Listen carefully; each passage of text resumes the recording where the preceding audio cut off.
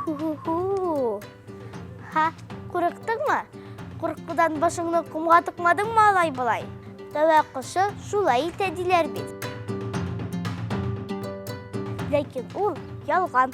Ышанмасаң, дәлилем. Ху-ху-ху-ху. Күрәсеңме? Курыкмый.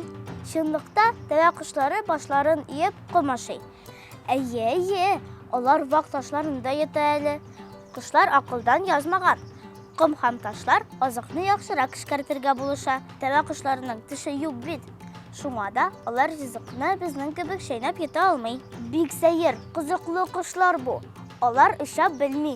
Аның каравы бик тиз йөгерә. Тәвә кошы сәгатенә 70 км тизлек белән чабарга сәләтле. Бу вакытта ул 4 метрлы адымнар ясый. Тәвә кошы дөньядагы иң зур кош әле. Аның буе 2,5 метр тирәсе, авырлыгы 150 килограммга җитәргә мөмкин.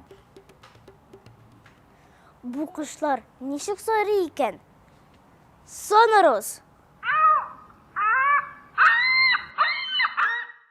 Тәвә кошының дөньяга тууы да шаккатмалы.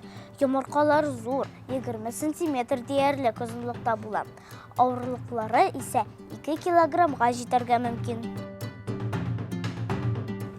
Менә шушы йомыркаларны ай ярым җылытып утыргач, нәни тәвә кошлары чыга. Ой, йомыркадан чыкканчы бик нык тырышалар. Тәвә кошы йомыркасының кабыгы бик калын икән. Ул хәтта кеше авырлыгын да күтәреп тора ала дип.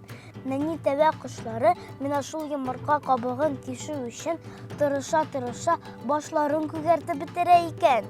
Йомыркадан чыгып, бер көн узуга, шул күгәргән башлары белән әти-әниләренә ияреп, азык кызларга китәләр.